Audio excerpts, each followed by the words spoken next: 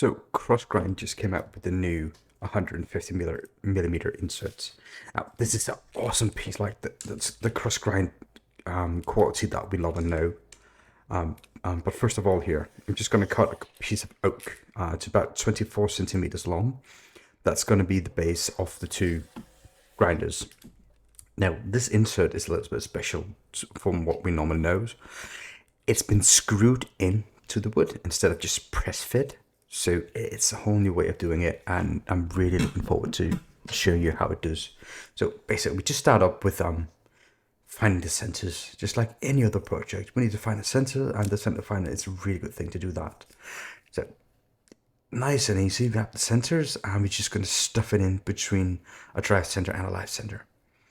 It's a really easy way to start a project. It's a really good and secure way to do it, as long as you have good pressure from the tailstock towards the drive center. That's perfect. Right, we get tool rest nice and in position. Make sure it doesn't hit the wood before we start the lathe, of course.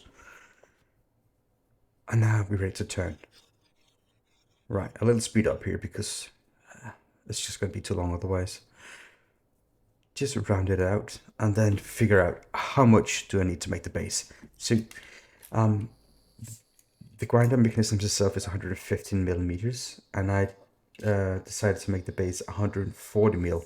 So I got about 1 centimeter sticking up to the top piece, but also the bottom piece is going to be lifted about 1 centimeter from the table when it sits.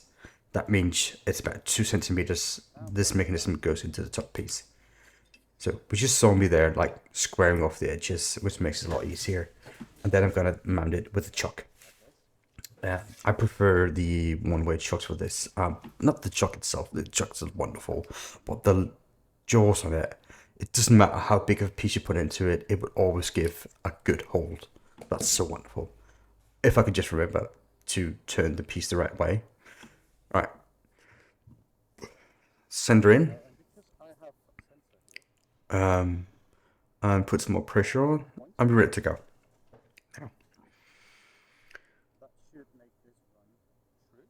There you go, everyone's true now. I'm just gonna clean off the little last bit there when it's in the chuck. I can do that. I do that with a skew. It's a lot easier and it makes a nice cut. So as long as you're slow and steady with the skew, you can fit get a good result. Now I decided to use the mill drill for this. It's not designed for this insert, but I'll try to do it anyway. Which means I'm gonna drill a 25 millimeter hole all the way through the bottom. And the bottom piece is 14 centimeters, so I'm going to drill 14.3 centimeters up into it. So it's just a little bit longer, but as you can see at the end, it's going to turn out perfectly. Right, I use compressed air for 2 reasons. One is to cool off the drill bit, because it's getting really hot in there, and it's a deep hole, so it doesn't get any ventilation, and to blow out the dust chips. Those two in combination will kill your first nut drill bit, but if I do it like this, I can cool it down and it will be nice and easy. Now a little trick here: when you part off a piece and you're close to the fine diameter, just use your skew and mark the lines on the each side of the parting tool. That way you will not get chip outs or destroyed fiber in the cut itself.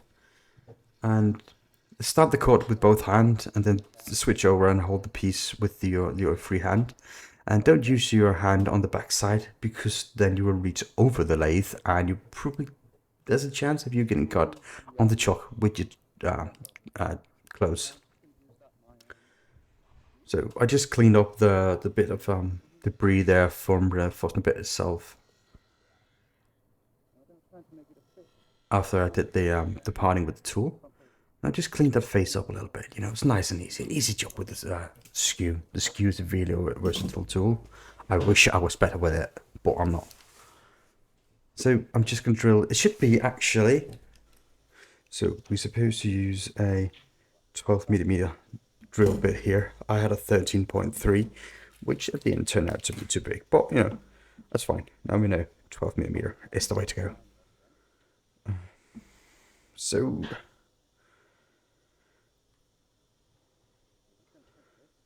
Now, when I take it out and put it back in, I use the live center to center it on the piece again before I tighten the chuck. And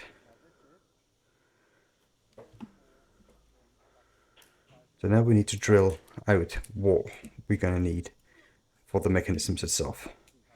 And that's at 45 mil for one piece. And I set up the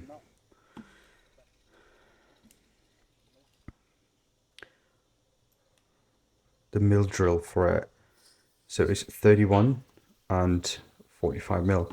It was a bit of hassle to do it, and the mill drill is not supposed to do that, which is why we get a bit of squeaking, because it's a bit too tight, and the smaller of the two holes is being drilled too big by the mill drill, which means it's going to be difficult at the end.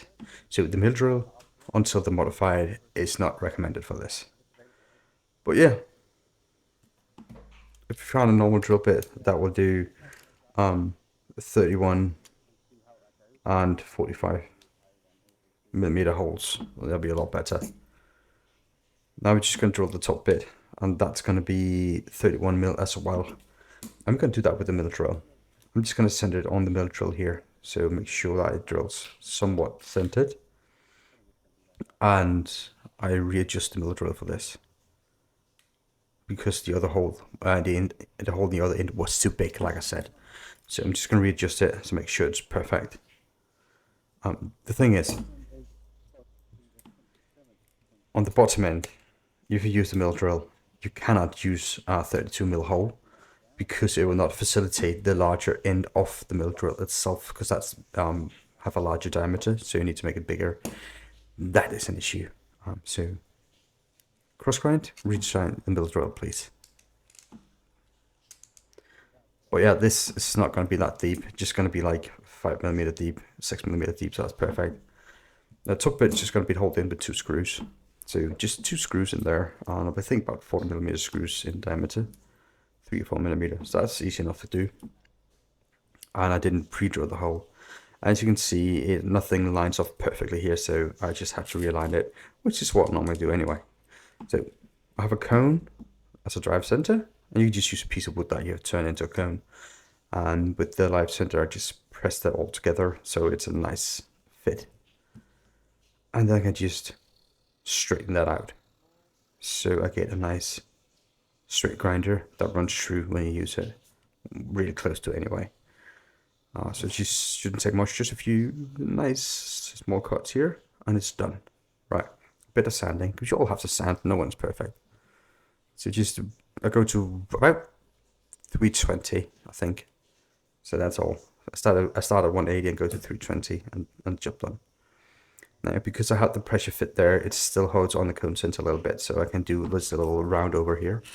That's between the bottom piece, the body, and the top piece. And just sand the inside a little bit, just because it would look better. That little round over makes sure that the little imperfection that are between the body and the top part of the grinder, that round over makes sure that when you turn it, that little imperfection from side to side movement will not be shown, as easy to see anyway. And the top part, I just do that by hand. Just hold it up a sandpaper and turn it like 5 times, and then we got a little round over. That's all we need. Now I decided to use some step jaws here for this to hold it. We could use some rubber bits on the slats of the chuck itself to hold it, which will work perfectly fine. Depends on what you have on hand. And yeah, for me, I had this ready, and I just used that without changing that jaws on a chuck, so I decided to do that. I decided to go about 5.5 centimeters for the top piece. In honesty, I could go as low as 3 centimeters if I wanted, and it would still be nice. But I think 5.5 would be good. So I start removing material here, and I leave a little bit at the center to support it, right? And I only remove that at the last bit of the project. If I do that before, it would just be the jaws that hold that on a little bit of plastic, and that can fall off really, really easy. So if I do it like this, it's nice and secure, and the risk of getting something wrong is minimal. And make sure that your last cut you do is as thin as possible, because a thin cut will leave a more prettier surface, which means less sanding. Now I'm just whittling away at the little support piece here. I go from both sides. I'm using a 1/2 inch ball gouge for this. That's my preferred gouge. So you can use a skewer or a spindle gouge, whatever. It should be fine. I just prefer the 1/2 inch ball gouge. And there you can see I just whittle away at it until there's nothing left. And I keep going from the center and from the side and just keep whittling at it until there's just a little bit left. So you can see there's not much left, and I can just easily remove that without putting too much pressure. But the thing is, when I do this, I make sure that I put pressure onto the wood towards the headstock of the lathe and towards the chuck, which will press it more firmly in place, and all the small vibration will not kick it loose. Well, that's a plan. It doesn't always go as planned, but he was lucky. So yeah, that's it. Now just a little bit of sanding, and the top piece should be done. That's wonderful. So I just start at 180 and go all the way up to, again, 320. Maybe I think it's 400 at the end here.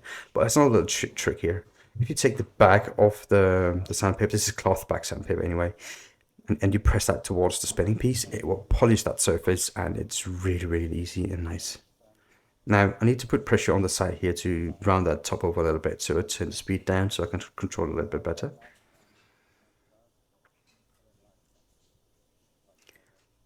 Right, so that's all done. Piece off, and let's see.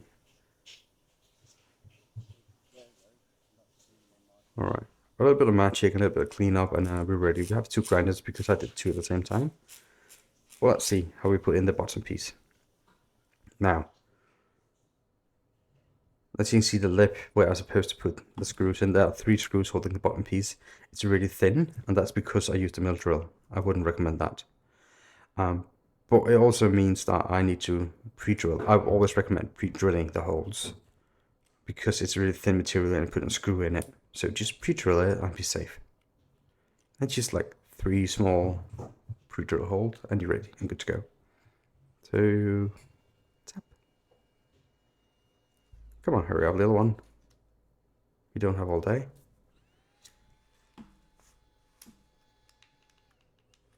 Ah, that's wonderful. And the last one. I'm not gonna have you sit through another one. So I'm just gonna use some editor magic. So that's it. Then just a couple of screws. There should be 3 screws.